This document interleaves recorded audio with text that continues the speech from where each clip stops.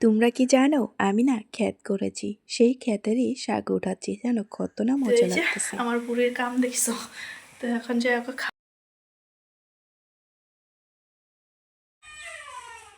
Hello everyone, good morning সবাইকে।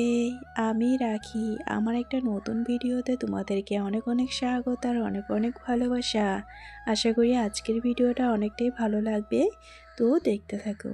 আজকের বারটা ছিল সোমবার। এখন ঘড়ি কাটায় বলতে 7:30টার মতন বাজে। এখন না একটু দেরি হয় ঘুম থেকে উঠতে, কারণ এত ঠান্ডা পড়েছে। আমি যদি সকালে উঠি আমার মেয়ের ঠান্ডা লাগে, তার জন্য এখন একটু দেরি করেই উঠি।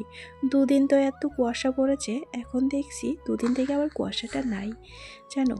তাই অত একটা আজকে সকালে কুয়াশা নাই, তাই জানলাটা খুলেই দেখলাম।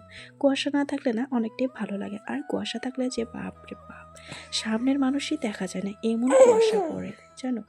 এদিকে আমার বিছানাটা গুছানো হয়ে গেছে, আর আমার মেয়ের কাণ্ড দেখো। আমি যখনই ঘুম থেকে উঠি আমার মেয়েও আমার সাথে উঠে পড়ে, কারণ ওর নাকি ঘুম ভেঙে যায়। ও কথা বলতে পারে না, তাও আর কি আমার আগে ও উঠে পড়ে জানো। আর আমার তো উঠতেই হবে, কারণ আমার কাজ আছে। কাজ থেকে তো আর শুয়ে থাকতে পারি না বলো। আমাদের তো বউদের একটাই টেনশন, কাজগুলো কখন জলদি জলদি করতে পারবো। সকালে উঠলেও একটা জ্বালা, আর না উঠলেও আরেকটা জ্বালা। কারণ সকালে উঠলে ঠান্ডা লাগে, আর দেরি করে উঠলে কাজই শেষ হয় না। আর এখন যেহেতু ছোটো দিনের বেলা, কাজ করতে করতেই সারাদিন যায় জানো। আর না ভাত খাওয়ারই সময় পাই না, বাচ্চা সামলাবোই না ভাতই খাবো বলো। এখন এমন হয়ে গেছে আমার জীবনটা। তো যাই হোক, ওইদিকে পূজার বাসন ধোয়ানোর পর আসলাম ক্ষেতের মধ্যে। ক্ষেতে যেহেতু একটুখানি ক্ষেত করেছি জানো, এই যে মূলো শাক লাগাইছি, পালং শাক, তারপর ধনিয়া পাতা। এই সাইডেগুলো বড় হয়েছে, ওই সাইডেরগুলো বড় হয় নাই জানো। তাই ভাবলাম ওই সাইডেরগুলো উঠাইনি, কারণ ওই সাইডে না শ্যামা পড়ে পুরোটা, গাছটা কাটানো হয়েছে, মানে ডাল পাতা। এখন হয়তো বড় হবে। আর দুদিন থেকে এত ঠান্ডা দিচ্ছে, রৌদ্রুই তো ওঠে না, কি আর বড় হবে। শুনি নাকি রৌদ্রু না বলে ছোটই থেকে যায় আর কি। তো যাই হোক, দেখতে পাচ্ছ। আর আমার সাগর না এক জায়গার মধ্যে পুরো একদম চমচমা হয়েছে, আর মাঝখানে মাঝখানে পুরো ফাঁকা ফাঁকা আর কি। তো এই যে যেই জায়গায় একদম ঝুপঝুপা হয়েছে, সেই জায়গার শাকগুলো আমি উঠে নিলাম, কারণ এই শাকগুলো খাইতে যে এতটাই টেস্টি লাগে। আর কয়দিন পরে তো এই মূলো শাক আর খাইতেই পারবো না, কারণ আমরা তো আর মূলো শাক মাঘ মাসে খাই না। আর যেহেতু মাঘ মাসেরও পৌষ মাসের যেহেতু সময় নেই বেশি দিন জানো, তো আবার ফাল্গুন মাস থেকে কিন্তু খাইতে পারবো, তখন হয়তো মূলোগুলো হয়ে যাবে। এখন তো মূলোর কোনো চিহ্নই নাই, শুধু শাকই খাইতে পারি। তো আমার শাক ওঠানি হয়ে গেছে, বাড়িতে এসে স্নান করে কিন্তু আমার পূজা করাও হয়ে গেছে। আমি তো পুরো স্টাইল বডি, কারণ আমার কাজ করতে করতে সোয়েটারই পরার কথা ভুলেই যাই। তো এই যে আমার পূজা করা হয়ে গেছে কিন্তু। আমি যেন এমন মানুষ, পূজা করার পরেই ঘর মুছে নিই, কারণ আমার বর কথাই তো আলাদা। কারণ আমি যখন ঘর মুছি ওনা ঘরটা এসে লেত্রা করে ফেলে, তাই ও বাড়ানোর পরে আমি আর কি ঘর দুয়ার পরিষ্কার করি।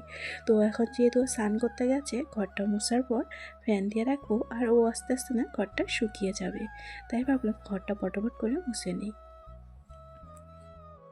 আমরা বউরা যেটাতে আর কি পরিচয় বউ বলে, সেটা হলো সিঁদুর। তো এদিকে কিন্তু সিঁদুরটাও পরে নিলাম। আজকে আর পূজা করার আগে পরে নিই, এখন না পূজা করার পরেই আর কি পরি, কারণ পূজার সিঁদুরটা একটু আর কি পরে নিই তখন। তো যাই হোক, এখন যেহেতু রান্না করে যাব আর অনেকটা হাওয়া চলতেছিল, তাই ভাবলাম সোয়েটারটা পরেই নিই। তো এই যে এক বান্ডিল কাপড়, কাপড়গুলো তো বাইরে দিব। রৌদ্র ওঠে না কিছু ওঠে না, তাও আর কি বাইরে দিচ্ছি। আর শুকাবো কি না ভগবানই জানে জানো।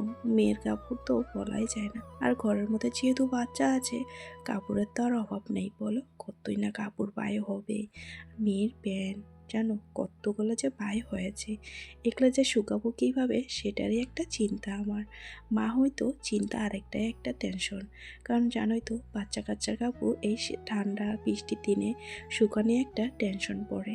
তাই পাতলা পাতলা করে মেলে দিলাম পটাপট করে। হয় রৌদ্র উঠলে টেনশন থাকে না, রৌদ্র না উঠলেই একটা টেনশন। আর আমার মেয়েকে না আমি হাগিসটা খুবই কম পরাই, এখন আর হাগিস না পরে আমার না বাচ্চার আর কোনো নেই যেন, হাগিস পরাতেই হবে মনে হচ্ছে, কারণ ও সব প্যান্টই ভেজা।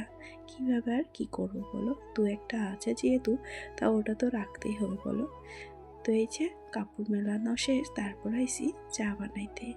আমি যে ডালমুটটা বানাইছিলাম সেই ডালমুট দিয়ে মুড়ি আজকে খাবো। ধনিয়া পাতা দিয়েছি, পেঁয়াজ দিয়েছি, একটু কাঁচামরিচ। তার সাথে কিন্তু এইভাবে মুড়ি খাইতে অনেকটাই ভালো লাগে। তার সাথে আবার চাও আছে, লাল চা।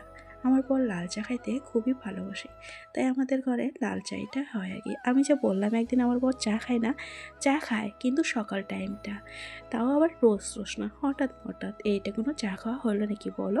চার একটা যে নেশা থাকে সেই নেশাটা আর কি নাই। তো এদিকে মেয়েকে ঘুম পাড়ায় দিয়েছি, এদিকে ভাবলাম পটাপট করে সবজিগুলো কেটে নিই, রান্নাটা হয়ে গেলে টেনশন নাই। যত তাড়াতাড়ি পারি মেয়ে ঘুমানোর পর হয় না, লাগলে পরে 2-3 করে একসাথে বসিয়ে দিব, কারণ আমার মেয়ের ঘুমটা না অতক্ষণ ঘুমায় না, ও পট করে উঠে যায়। তাই এদিকে তাড়াতাড়ি করে 2 হাত দিয়ে যত পারি কাজগুলো করার চেষ্টা করে নিচ্ছি। প্রথমে আগে সবজিগুলো কেটে নিলাম, উঠলে পরে ওকে হয়তো কিছু দিয়ে রাখতে পারবো, ফটাফট করে রান্না করে নিতে পারবো। এদিকে শাকগুলো কাটানো হয়েছে, তারপর শাকগুলো ধুয়ে মূলা শাক লবণ দিয়ে মেখে রাখলাম, কারণ ওই যে একটা তিতো ভাব থাকে না, সেটা আর কি বার হয়ে যায় লবণ দিয়ে মাখলে, জানো। তার মধ্যে এনেছে আবার মাছ, আজকে আবার কেটেও এনে নেই, জানো, আমাকেই কাটতে লাগবে। আর সত্যি কথা যেটা, আমি না মাছ কাটতে পারি না একদমই। আর আমি মেয়ে থাকতে একদমই তো মাছ কাটিনি, যদিও বা কাটছি ছোটো মাছ, এই বড় মাছ তো একদমই কাটতে পারি না। যেটা সত্যি কথা, আমাকে সব কিছুই দাও, কিন্তু আমি পাবো সবই, এই মাছ কাটা আমি তো একদমই পাই না। অনেক কষ্ট করে মাছ কাটলাম, তার মধ্যে এসেছে পার্সেল, এই জামাটা এসেছে, জানো। ভাবছি পিকনিকে পরে যাব, পিকনিক তো আমি আর বরমশাই খাবো, একটু ঘুরতে যাব, ভাবলাম এই জামাটাই পরে যাব। ফ্লিপকার্ট থেকে এসেছে, জানো। মাছ কাটা হয়নি, পার্সেলওয়ালা এসে ডাকতেছিল, তাই আগে পার্সেলটা নিলাম, তারপর আসেছি আবার মাছ কাটতে। অনেক কষ্ট করে আজকে মাছটা কাটলাম, তারপর এখন ভাজবো। ভাবলাম রান্নাটা পটাপট করে নিই, ওইদিকে আবার আরেকটা কড়াই বসাই দিব, কারণ এক কড়াই তো তাড়াতাড়ি হবে না, তাই এদিকে এক কড়াই মাছ ভাজি বসাই দিব, আরেক কড়াই আবার আরেক কিছু অন্য কিছু বসিয়ে দিব। দেখতে পাচ্ছ মাছের পিসগুলো কেমন হয়েছে কাটানো, অত একটা ভালো হয় নাই, আমার না নিজেরই কেমন দেখা যাচ্ছে, জানো। আমি জানা মতন যদি সব কিছু যদি ঠিকঠাক কাটা বাছা হয়, রান্নার নাকি অনেকটাই স্বাদ হয়। আমার আজকে মাছ কাটাটা একদমই ভালো হয়নি, আর বরমশাই না কেটে আনতো, লোক পায়নি কাটা, আর যেই দিন দোকান থেকে নিয়েছে ওই দোকানে নাকি কেটে দেয় না, তাহলে আর কি করবে বলো ও। তাই ও এমনি নিয়ে এসেছে, যেমনি পারি অমনি কিন্তু কেটে নিয়েছি। একদিন যে বলেছিলাম বেগুন দিয়ে মাছের তরকারি বানাবো, সেটা না বানিয়েছিলাম, বলে নাকি এত ভালো লেগেছে, তাই আবার আজকেও বানাতে বলছে, জানো। আর যে ওই দিন যে বেগুন পোড়া দিয়েছিলাম, বরমার সাথে খেয়েছে, জানো, আর তার সাথে বলেছে বাপরে বাপ এত টেস্টি লাগে বেগুন পোড়া, ও নাকি আরেকদিনও খাবে, আমাকে এই কথাই বললো আর কি। তো যাই হোক, সবার তো টেস্ট আলাদা আলাদা। বললাম যে বেগুন খায় না, তাও ওকে জোর করে বেগুন খাওয়াইছি, জানো। তারপর তো খাওয়ার পর এত প্রশংসা আর কি। তো এই যে ওদিকে মেয়ে উঠেছে, মেয়েকে গেছিলাম ঘুম পাড়াতে, আবার এদিকে তরকারি গেছে শুকিয়ে, এদিকে মাছ আর বেগুন ভাজি যে রাখছিলাম সেটা একসাথে দিয়ে দিলাম, তারপর একটুখানি ধনিয়া পাতা দিয়ে দিব। এখন যেহেতু ধনিয়া পাতার সিজন, ধনিয়া পাতা না দিলে তো একদমই ভালো লাগে না, না, তাই একটু ধনিয়া পাতা উপর দিয়ে ছিটিয়ে দিলাম। কেন, তরকারির রঙটা কিন্তু অনেকটাই সুন্দর হয়েছে।